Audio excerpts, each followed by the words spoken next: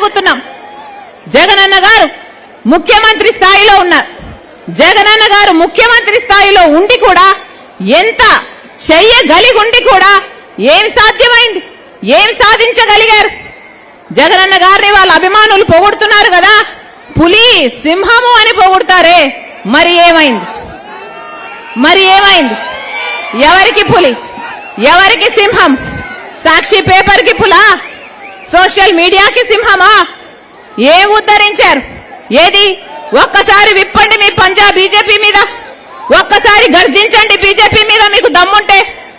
ఒక్కటంటే ఒక్క వాగ్దానం నిలబెట్టుకోలేదే, అయినా కూడా ఒక్క ఉద్యమమైనా మీరు చేయకపోతే మీరు ఆంధ్ర రాష్ట్ర ప్రజలకు ద్రోహులుగా మిగిలిపోరా?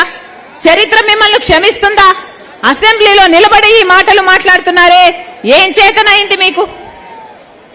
కేవలం కేవలం బెదిరింపులు, కేవలం బూతులు తిడుతూ సొంత ఆడబిడ్డల్ని బజారుకి ఇడుస్తున్నారు, వ్యక్తిగతంగా దూషణలు చేస్తున్నారు. ఇదే చేతనైంది కదా మీకు? మీకు పోలవరం సాధించడం చేతనైందా? మీకు స్పెషల్ స్టేటస్ సాధించడం చేతనైందా? మీకు రాజధాని సాధించడం చేతనైందా? మీకు పరిపాలన చేతనైందా? ఇది పాలన అంటారా? దిక్కుమాలిన పాలన లేదా? ఆ రోజు జగనన్న చెప్పిన మాట ఏమిటి?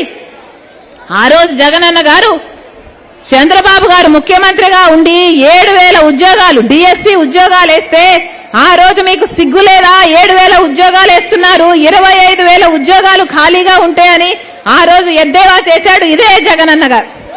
ఆ రోజు జగనన్న గారు చెప్పిన మాట 25,000 ఉద్యోగాలతో మెగా డిఎస్సి వేస్తాను నేను ముఖ్యమంత్రి అయ్యాక అని చెప్పాడు జగనన్న గారు. మరి ఏమైంది? మెగా డిఎస్సి వచ్చిందా? మెగా డిఎస్సి వచ్చిందా? ఈరోజు 30,000 ఉద్యోగాలు ఖాళీగా ఉన్నాయి. లక్షల మంది బిడ్డలు డిఎస్సి కోసం ప్రిపేర్ అయి ఉన్నారు, సంవత్సరాల నుంచి ప్రిపేర్ అయి ఉన్నారు. ఇప్పుడు కేవలం ఎన్నికలు వచ్చాయి కాబట్టి మెగా డిఎస్సి లేదట, ఒక దగా డిఎస్సి, కేవలం 6,000 ఉద్యోగాలతో ఒక దగా డిఎస్సి ఇప్పుడు ప్రవేశపెట్టారు.